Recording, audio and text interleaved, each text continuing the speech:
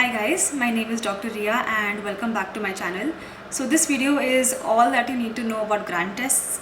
This is kind of gonna be like a grant test for dummies. I will be talking about everything from the basics of a grant test, like if you have never given one before, to some very nice tips that I found you can use while giving a grant test even later in your preparation right before the exam. So I think everybody can have something to take away from this video. But if you want, if you have a very specific doubt in mind which you want answered, I will leave the timestamps down below and you can directly go to that part of the video. So a GT or a grant test is basically a mock test of NEET PG or INI CT, which has all 19 subjects in approximately the same weightage as they are asked to the exam, and it is the time frame of the exam is also the same as NEET PG or INI CT. So the first question I want to talk about is when should we start giving grant tests, and the answer is now. I think now is a perfect time for whichever stage of preparation you are, you should start giving grant tests. So most of us think that mock tests should be given close to the exam, but in this case, in our scenario, the earlier you start giving a grant test, the better, because this exam not only tests your knowledge of the 19 subjects, it also assesses your skill of being able to apply that knowledge, along with the skill of staying calm and being able to strategize while giving the exam. And I feel like this skill of giving a good exam only comes when you practice more. Practice makes perfect, and especially in this scenario, unless you are naturally gifted, which I think most of us are not. And especially I was very underconfident because being from a private medical college, I did not have this belief that just because I read the 19 subjects I will be able to perform great in the exam. I knew that those two things are very different. Being able to read is different and being able to give a good exam is also very different. So I would say start practicing giving grant tests as soon as possible. Even if you have only read a few subjects, maybe 4 or 5 subjects, I think you are good to go. Because the first thing you need to focus on while giving a grant test is being able to sit through those 3 or 3.5 hours. And believe me, that is the biggest hurdle in the exam, is being able to sit and focus and apply the equal concentration to every single question, all 200 questions that are given in front of you for the entire span of 3.5 hours. Now, even in the upcoming next exam, which I have read about, it is going to be there for 3 days, and you will be having one exam of 3.5 hours followed by one more exam of 1.5 hour per day. So you have to be able to sit through at least 3.5 hours even in the next exam. So even for final year students, I think it is very important that you guys also start to practice to be able to sit and focus for at least 3 to 3.5 hours. So what should be the frequency of giving grant test? Now that does depend on your level of preparation. If you have just started out this postgraduate exam preparation and you have only completed maybe say 4 to 5 subjects also, it is okay to give a grant test every 3 to 4 weeks, and that also not to see your score, but only to be able to practice sitting through those 3.5 hours, as I said, to be able to practice, reading through all the questions, reading through all the options and trying your best to get to the answer. That's all I want you guys to focus on if you have only started your preparation maybe a month or 2 ago, and only every 3 to 4 weeks. Right now your focus should be trying to read every subject, get your notes ready of every subject and solving the previous year questions of every subject, and not worrying about the grant test score you are getting. However, if you have completed your preparation, if you have read all 19 subjects and you did not get a good rank, maybe in NEET PG, and you are a repeater, or if you have gotten a head start on the preparation and you have completed more than 10 subjects, then yes, you can begin giving grant tests every 2 weeks, and that will be very beneficial for you, because I think now at this stage we need to focus on where we are lacking, where we are weak, and a grant test is the best tool to help us know what our weak subjects are and what our weak topics are. So yes, after you complete 10 subjects, I would say you should start giving a grant test every 2 weeks. And of course, maybe later on in the preparation, when you have completed all your 19 subjects and you start revising, maybe 2 months before the exam, giving a GT every week is also I think good. Maybe in the last month or 1.5 month, giving a GT every 1 week is also really good, provided that it does not harm your mental health and you don't start overthinking about those GT scores. You only use those GT scores to assess yourself and boost your rank. So in that scenario, yes, in the last 1.5 month, I would say giving a GT every week will be good for you. Now let's talk about how to actually give the test, how to attempt the questions, how to time yourself during the exam. So this is also very subjective, and I feel that everybody forms their own strategy of giving the exam. As they start giving more and more GTs, you will begin to realize for yourself what is working for you and what is not working for you. But I will give you a broad outline of what you should be thinking about while giving a test. So before you start any mock test, let us say for example an INI-CET mock test, because in INI-CET you only have 3 hours to complete the exam. So you should have it in your mind how many questions are going to be there and how much time you have, and approximately how much time you have per question. So for example, in INI-CET you have 200 questions and you have 180 minutes. So what I used to follow personally was I used to try and finish 50 questions in around 30 to 40 minutes, and so it used to leave me with a buffer of around 40 to 60 minutes at the end to review my questions.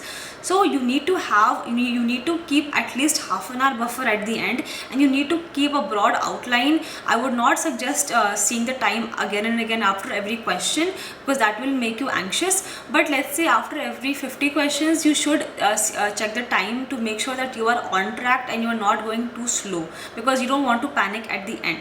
So before you start the exam only, you decide, okay, how long do you want to give for each question approximately, and by when you want to check your time. I recommend seeing the time after every 50 questions, and that works for me, and you should try that out for you also. Second of all, how to go through the questions. I would say that if you see a question and you know it and you just require some time to think about it, it's okay, take that time and solve that question.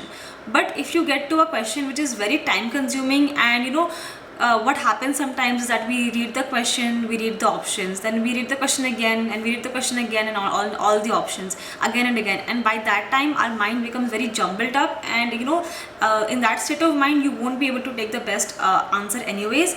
I would say move on to the next question. Don't waste any more time on that question. Even though you know the topic, even though you know that you have read it, don't waste time on it right now. You will come back to that question later on. Believe me, just leave it for now and don't panic. Move on to the next question. So in that way, what I did, this is something which I developed in the later months of my strategy, and this is what I feel really helped me give a good grand test, was in the first go, I will solve the questions which come to me easily, and the questions which also don't come to me easily, but that don't confuse me. But the questions which start to confuse you and you begin to really doubt the options, when your mind becomes jumbled up, leave that question and come to it at the end. And that is what we leave our last 30 to 40 minutes for. So last 30 to 40 minutes, I think you can leave at least 30 to 50 questions to be reviewed in those last 30 to 40 minutes. And believe me, after you finish the paper once and you go back to those questions, everything makes so much more sense when you go back to it the second time around. You come back with a more clearer mind, you come back with a different perspective, and at that point the answer comes more easily to you.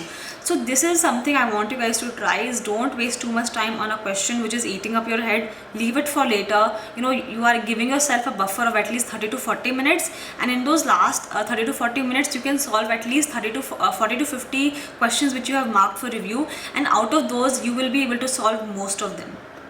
And of course, how many questions you leave depends on your level of preparation. If you have just begun reading, you won't be knowing many topics. It's okay, you don't have to attempt them all right now. Of course, later on in your preparation, when you have finished revisions and everything, at that time you can try and leave less and less questions. I would suggest leaving less than 10 questions, but after giving the most recent INI-CET, I believe it really depends on the paper. And if you don't know a question, this is a rule that most of us say, that I've heard, that in INI-CET, if you were able to rule out 2 options, go for it, because it has a 1/3 negative marking. And at NEET PG, if you are able to rule out even one option, you should be able to try to rule out 2 options, but even if you rule out one option, go for it, because in NEET PG there is only 1/4 negative marking.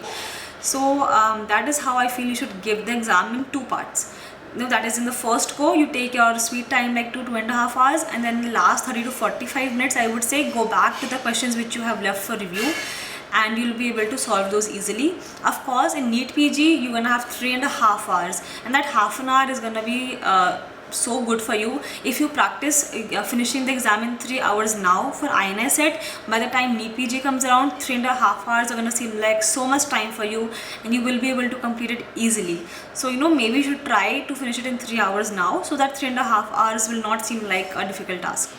Alright, now that you have given the grand tests, what to do now? First of all, pat yourself on the back for even attempting a grand test, because this is something a lot of people are not even able to muster up the courage to do. Then take a break, have lunch or whatever meal you want, just relax for some time. And no matter what score you got, believe me, it's going to help you in the real exam. This test right now, this low score now is going to be something that helps you get that score which you never dreamed of in the real exam. And if you got a good score now, that's amazing, you keep it up. So after you have taken a break and you're all fresh, how are you supposed to make this grand test fruitful for you? What do you have to take out of this? So if you are first of all, only review the subjects which you have already read, which is what I say repeatedly. If you have read only 3 subjects, only go to those 3 subjects and see what you got wrong. Okay, since you had completed those 3 subjects quite nicely, every question which you got wrong should be a red flag for you. Okay, why did I get this wrong? You cannot just brush over it and just give it a quick glance and move on, because then the purpose of solving the GT will not be fulfilled. Okay, you have to see every question carefully, that okay, I have read this subject already, why did I still get this question wrong? Most of the times what happens is, okay, I think you can have either 2 or 3 types of mistakes. One thing is you have never read that topic before. That's completely okay. What you do is, first of all, you should see, is this topic important? Your intuition will tell you if it's important. Your previous year questions will tell you if that topic has been asked before or if it is important. And thirdly, the number of people who have gotten that question correct, if it's more than 40%, that also says that this is something which you should also be knowing, because a lot of people know. In that case, what I would say is make a GT copy. A GT copy is very personal. I feel it helped me a lot, and I feel like it gives you a record of what you have learned from every GT. So I would recommend making a GT copy, and if not a GT copy, you can just add those things back into your own notes. So if it is a new topic, it is something you have not read before, you write that down, and not the entire long explanation. You should be able to summarize what you have read in the explanation in your GT copy, and only what you want to revise. The second type of mistake we make is a conceptual mistake, which most of us refer to as getting confused. You only get confused if your concepts are not clear. So if you were confused between 2 options and you ended up marking the wrong option, it's not because your luck is bad or you always end up choosing the wrong option. It's just because your concept is weak on that question. So you need to first of all accept that, and then get down to it. Okay, why were you confused? What went wrong? And again, write that down in the GT copy. Write down what you learned from that question which you want to revise. I would say document everything which you are learning from a grand test, because I feel like that's the point of giving the grand test, right? If you just quickly brush through it, I don't think it will serve your purpose, especially now. It's so early in the preparation. So I would recommend making a GT copy. So if it's a new topic, you write it down. If it was a conceptual error, again you write it down, what was the error. And topics which you keep forgetting, which are in your notes, they were in your notes but you forgot them. That's completely normal. Write that down also. That is a topic which is weak for you, which you keep forgetting, which needs to be revised. Either write it in your GT copy, or even better, write it on a paper and paste it on the wall in front of you. Keep it in front of your eyes and keep reading it. That's a way. That's what I also used to do. If there was a topic which is very, very important, and I know it's important but I keep forgetting it, you have to either add it to your choti copy, or even better, I think what is the best way but to paste it in front of your wall, so that it's always in front of your eyes and you're always going to be reading it. So this is what I feel you should do with your GT mistakes. Yes, and something very important is that your GT copy needs to be reviewed before every next GT. before you give the next GT, you have to open that GT copy maybe in the morning or the night before, and you have to read through what you wrote last time. So that is the only way it's going to help. Just writing it down and leaving that book closed is not going to help, which I think that is why most of us fail to keep a GT copy, is because we forget to revise it. Please revise your GT copy before the next GT you give. So I wanted to show you guys my GT copy. This was my first GT that I wrote, was INICET Focus 1 on August last year. So you guys are way ahead of me if you start giving GTs now. And as you can see, I wrote all the topics. For example, rabies prophylaxis was very important and I didn't remember it. So I wrote down the entire thing here and I've read this many times, and so on and so forth. I used to write down all the questions of the subjects which I have finished, like pharmacology and the questions. And you will see that most of these topics are very, very important topics which I should have known, but because of many lack of revision, I did not remember them. So because I reviewed this GT copy, I was able to remember all these important points. So, and also as I began giving my GTs later on also, my GT review became very short. Like I was able to finish our review in only 1 or 2 pages. So obviously, and also later on, after my last GT review was around January, and after that I stopped writing also in the GT copy because I was getting less number of questions wrong. But up till then, this GT copy has helped me a lot in understanding where I am weak in all the important topics. So I really suggest you guys to do this also. So a very, very important question: does the GT score matter? And the simple answer to that is it depends. It does not matter if it is your first GT. First or second GT scores never matter. That is your baseline, and in fact, make as many mistakes as you want in your first few GTs because you can only improve from there. I have said that before. In my first GT, I only got 89 questions correct. So it does not matter. You have to see two things. You have to see your percentile or your rank and your score in the GT. If both of these things are good, if your percentile or your rank is also very good and your score is also very good, then that's amazing. If your rank is not so good, but your score is improving, at least it is better than it was last time, then you're on the right track. Your GT score does not matter in that case also. If your graph is consistently improving, then that is the best thing that can happen for you, and you're on the right track, and you just have to keep going. Even if the score in itself is low, it is increasing. That means you are improving day by day and nothing else matters. Just keep going and you will ultimately reach that level or that score which you want to reach.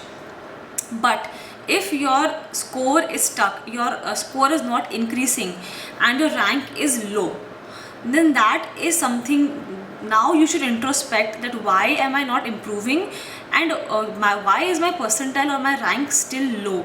That means you are missing out on something, and what I would suggest at that point is you see what type of mistakes you are making the most.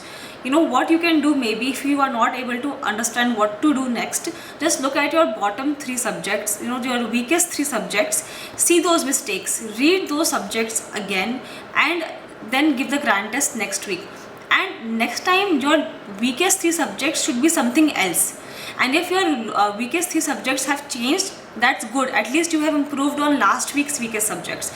Now again, next week we have to focus on your new weakest subjects, and in that way you will improve. You will definitely improve. And of course, if your rank is also good and your score is also good, then buddy, you have already reached there. You have to just keep it up. You have to maintain that score. You have to keep revising, and you're gonna do even better in the real exam. Don't worry about reaching a plateau. I had also reached a plateau of almost 150 correct questions for at least 2 to 3 months from around November to January, but I did not let it get to me because I just kept going on. I knew if I'm, at least my score is not decreasing, it means it is still difficult to maintain a plateau also. It is not easy to get the same number of questions correct every time. It means you are consistently revising and you are consistently doing well. So to answer the question, do GT scores matter or not? They only matter in the sense that they're there to assess your weaknesses and to help you improve. But they're not there to show you a replica of what your real exam score will be. In fact, I will just show you two GTs which I gave right before two major exams. One GT I gave last year before my November INI set, and one GT which I gave right before my NEET PG, and in both of them the score I got in the GT and the score in the real exam were very different. So as I said, it's not going to show you what the real score is. Just use a GT as your best friend. You know, a best friend tells you your weaknesses, a best friend wants you to improve, and that is what a GT is for you. GT is your best friend. It is helping you strengthen your weaknesses and find out where you are lacking, and that is how you should use a GT. Thank you for watching this video, everyone. I hope I cleared a lot of doubts you guys had about GTs, and if you have anything to ask, please ask me in the comments. And if you like this video, please like it and subscribe.